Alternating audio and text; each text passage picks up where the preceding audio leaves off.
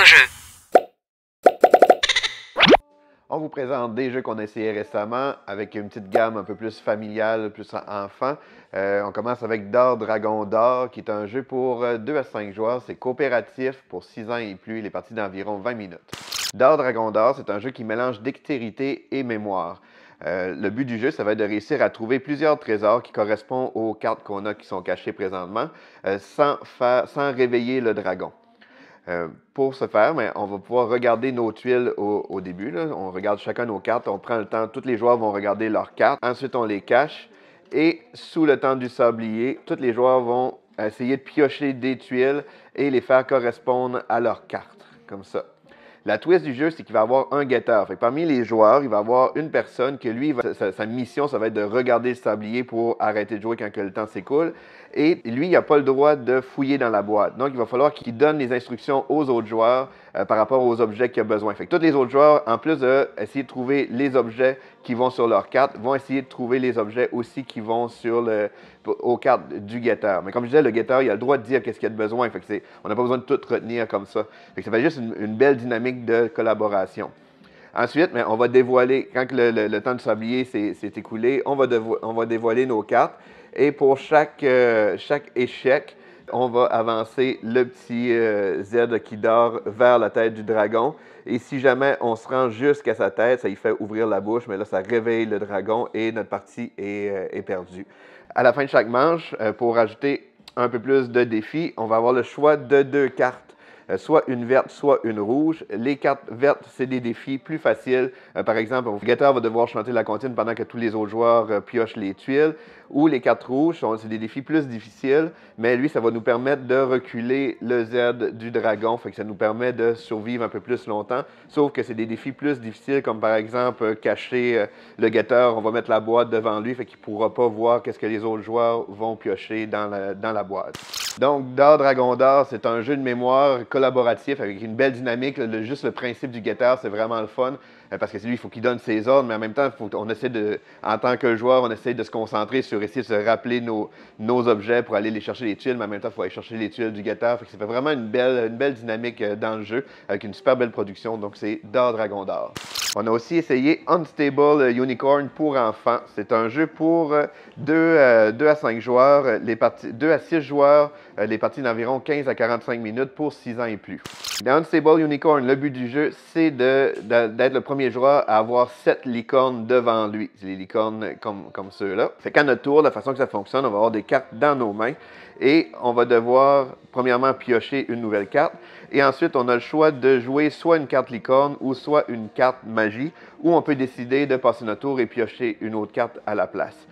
Pour jouer les cartes magie, en fait, c'est des cartes qui ont des habilités spéciales, comme aller voler une carte à un joueur, faire des échanges entre des joueurs, des choses comme ça. Pour les jouer, les cartes magie, en fait, c'est qu'il va falloir toujours défausser une carte. Fait que si par exemple, je veux jouer cette carte-là, je vais devoir défausser n'importe quelle autre carte pour la jouer, sauf si j'ai la licorne qui correspond à la même couleur. Si dans un tour précédent, j'ai joué ma licorne jaune comme ça, je vais pouvoir jouer ma carte gratuitement sans défausser de carte supplémentaire. Ce qui est le fun aussi, c'est qu'on a des cartes pour se protéger. Fait que si on fait un effet négatif pour un joueur, à tout moment, le joueur peut sortir sa carte U qui va l'empêcher de jouer. Mais ce qui est encore plus drôle, c'est qu'on peut annuler un U avec un autre U. Fait que si moi je l'attaquais et lui il se défend avec un U et moi aussi j'ai un U, je peux annuler son U avec ma carte. Fait que ça fait vraiment une belle petite dynamique. C'est un jeu qui est super simple à prendre en main. Puis tous les effets sont les mêmes pour chaque couleur. Fait qu'il n'y a pas énormément d'effets dans le jeu, mais ça reste une belle dynamique et c'est vraiment le fun. Un bon petit jeu de cartes. Donc, Unstable Unicorn, c'est un jeu pour enfants. En fait, c'est la version pour enfants parce qu'il y a une version adulte qui est vraiment le même principe, sauf que la version adulte a plus de cartes, l'équivalent des cartes magie. Fait qu'il y a une grosse interaction entre les joueurs, mais c'est un peu plus complexe. Peut-être une petite mention parce que la boîte du jeu mentionne que c'est un jeu pour 6 ans, mais il y a quand même de l'écriture sur le jeu. Sauf que c'est quand même possible de jouer avec les enfants parce que souvent ils ont des bonnes mémoires, puis il n'y a pas beaucoup de cartes d'effet. Fait que les cartes bleues ont toutes le même effet, fait qu'ils peuvent le retenir comme ça.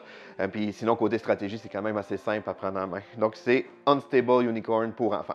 On a aussi essayé La Colline des Feux Follets. C'est un jeu super original pour 5 à 9 ans. C'est pour 1 à 4 joueurs, puis les parties, c'est environ 20 minutes. La Colline aux Feux Follets, c'est un jeu de dextérité, un peu de stratégie.